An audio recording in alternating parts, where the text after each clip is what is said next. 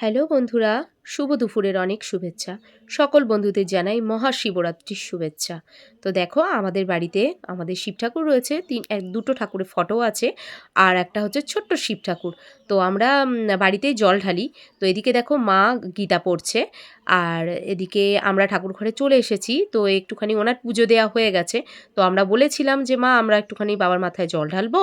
তো আমরা গুছিয়ে টুছিয়ে সব করে নিয়ে এসেছি। তো আমি দেখো জল দিচ্ছি একে একে। মেন কথা আমাদের আজকে যে ঘোষ দুধ দিতে আসে আমাদের বাড়ি, উনি একটু লেটে এসছে, সেই জন্য দুধটা পাইনি তখন, তার জন্য একটু লেট হয়ে গেছে, ওই জন্য মার পুজো হয়ে গেছে।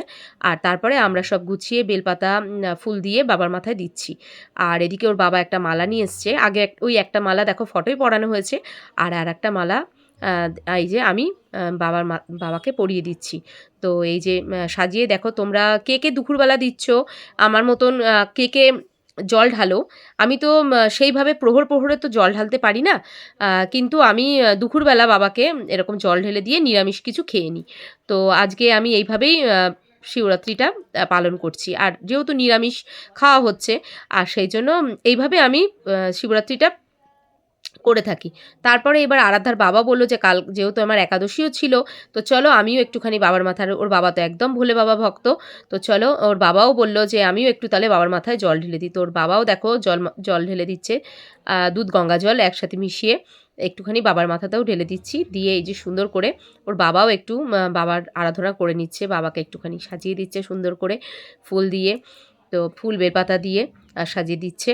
তো এরপরে দেখো আমি একে একে ধূপ দ্বীপ সবই জেলে দিয়েছি এখানে, দিয়ে আমরা একটুখানি নমস্কার করে নিচ্ছি। তোর বাবাকে বললাম তুমি একটু নমস্কার করে নাও, সেই টাইমে মেয়ে গেছে স্নানে, ওকেও বললাম যে তুইও স্নান করে চলে আসবি, এসে বাবার মাথায় জল ঢেলে যাবি।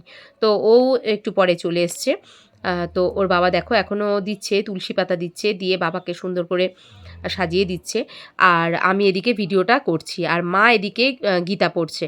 তো আমরা পাশ থেকে একটুখানি ভিডিও করছি, করে তোমাদের সাথে একটু শেয়ার করছি। আমাদের ঠাকুর দেখো, ছোট্ট ঠাকুর তো দেখা যাচ্ছে না, একদম পুরো ফুলে আর বেলপাতাতে একদম পুরো ঢেকে গেছে। আর মা তো খুব সুন্দর করে ঠাকুর ঘরটা সাজায়, সুন্দর করে আমাদের ঠাকুর ঘর সাজানো হয় পুরো একদম সিম্পল সুন্দর করে।